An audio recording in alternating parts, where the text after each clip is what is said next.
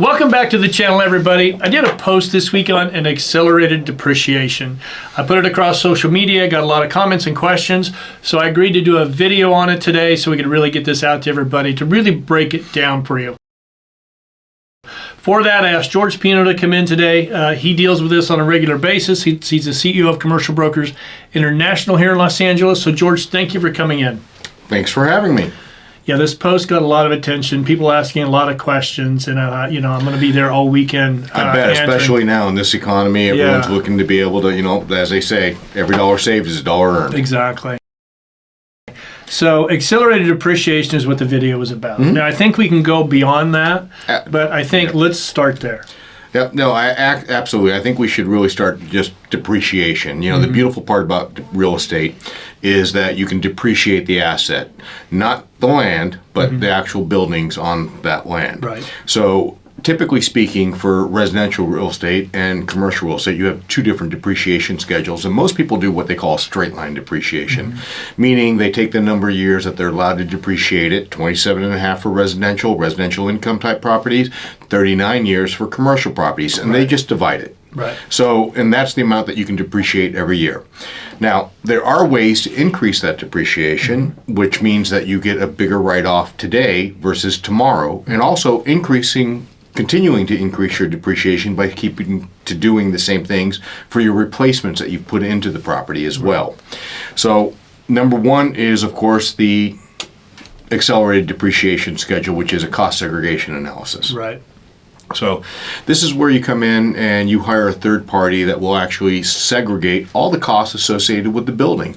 So they'll actually go through your building and mark every little line item, everything from the baseboards to the drywall to electrical outlets. And they have an estimated life for all of that, also big ticket items, roofs, HVAC, things like that. So they'll actually take a look at the condition of it, and they'll give you an estimated lifespan that's left on that, and the estimated cost of the building that when you purchased it, and what that would be attributed to those items. From there, it then gives you they give your accountant the depreciation schedule, which is typically accelerated because certain items are they don't last as long. Like, for instance, a roof may last 20, 25, even 40 years. However, an electrical outlet may only last 5 years. Right. Especially if it has to do with cabling and you're looking at IT stuff that may change quite a bit. So they'll look at all aspects of the building and then give a depreciation schedule. This falls under tax code, under the 179 section of the IRS tax code. Okay. Before we go any further, I'm not a CPA. Everybody has different tax issues and liabilities, so it may not work for everybody, and I also want to make sure that we're not giving tax advice here.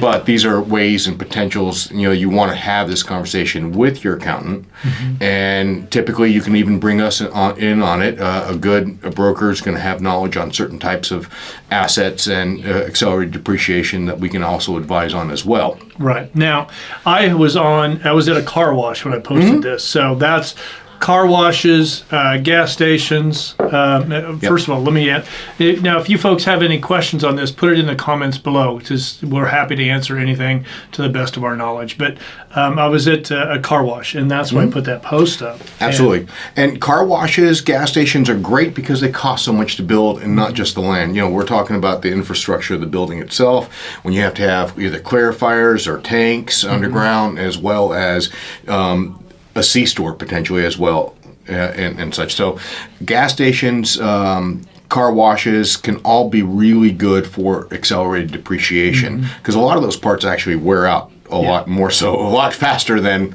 the building structure itself of 39 years. Sure. In addition to that, one thing that a lot of people don't realize is that, and this is a limited time offer, okay? IRS passed the government passed a Tax Cuts and Job Act in 2017, right, which allowed for bonus depreciation. So you can also get bonus depreciation on vehicle-related buildings that have retail. So you have a car wash that may have a store inside of it, or you have a gas station that has a C-store, convenience store attached to it.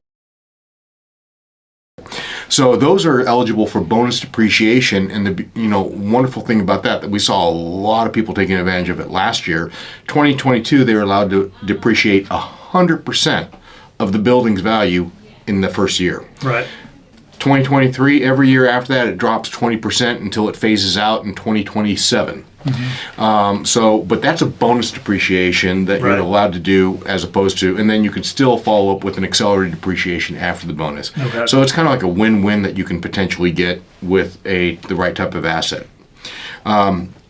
Those are your best opportunities for accelerated depreciation, but you also have other types of properties. Restaurants are also really good for depreciation because you have a lot of equipment in there that, again, doesn't necessarily last 39 years. Right. As opposed to a retail big box. Sure. You're talking that's essentially 4 walls and some flooring. Tilt so open. A little bit harder to depreciate all those assets out there. Office buildings, especially when the landlord's paying for the tenant improvements and putting that in, can also be ripe for accelerated depreciation because it's been shown that a lot of the tenant improvements are really only as good as the initial lease term, and they have to replace them down the road, whether it's carpeting, paint, and whatnot. So that can be depreciated that much faster as well over that 3-year, 5-year term of the initial lease. Okay. Now, so this all has to start for the accelerated depreciation or bonus depreciation with the cost segregation, correct? For the accelerated depreciation, it needs to start or should start under a cost segregation. That's going to be the best protection so that you're not hit with an audit after the fact. Oh, yeah. And have nothing to bear. Don't go in there saying, it's going to cost me about $70,000 extra on average per year. Hey! Exactly. Yeah. You really want to have some backup, and preferably not your CPA backing you up, but a third party that can actually hold up with the audit. Yeah. So there are specialized companies that do this, and the charge to do this is anywhere from, it really depends on the building, but $3,000 up. $3,000 for a simple building, going up to maybe $7,000 or $8,000 for something a little bit more complex. But if it's a high-rise building, we're talking, $20,000, $30,000, $40,000 that you can potentially save, but that's what it's going to cost just to do that.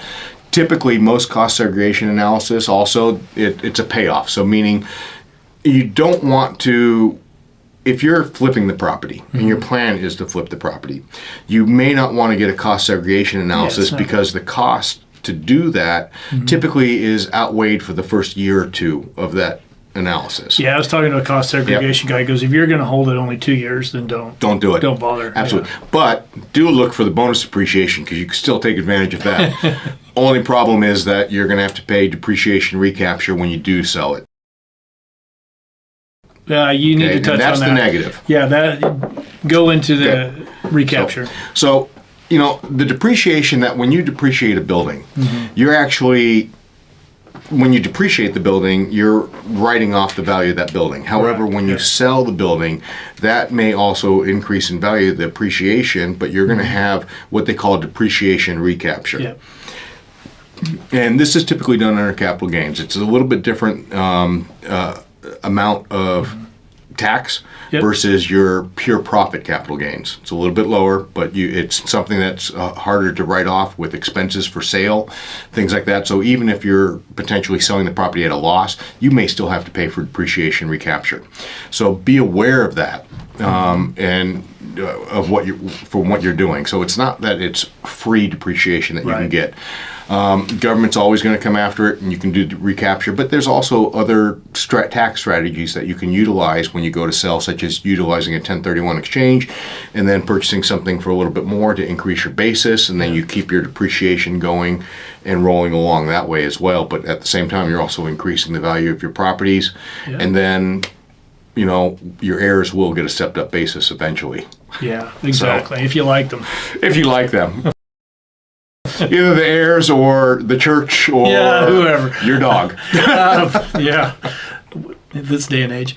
But all right. Well, George, thank you very much for coming in and explaining all this to us. If you guys have any questions, put in the comments below. We're happy to get back to you. And if you could, please give us a like for this video. And if you haven't done so, make sure you subscribe.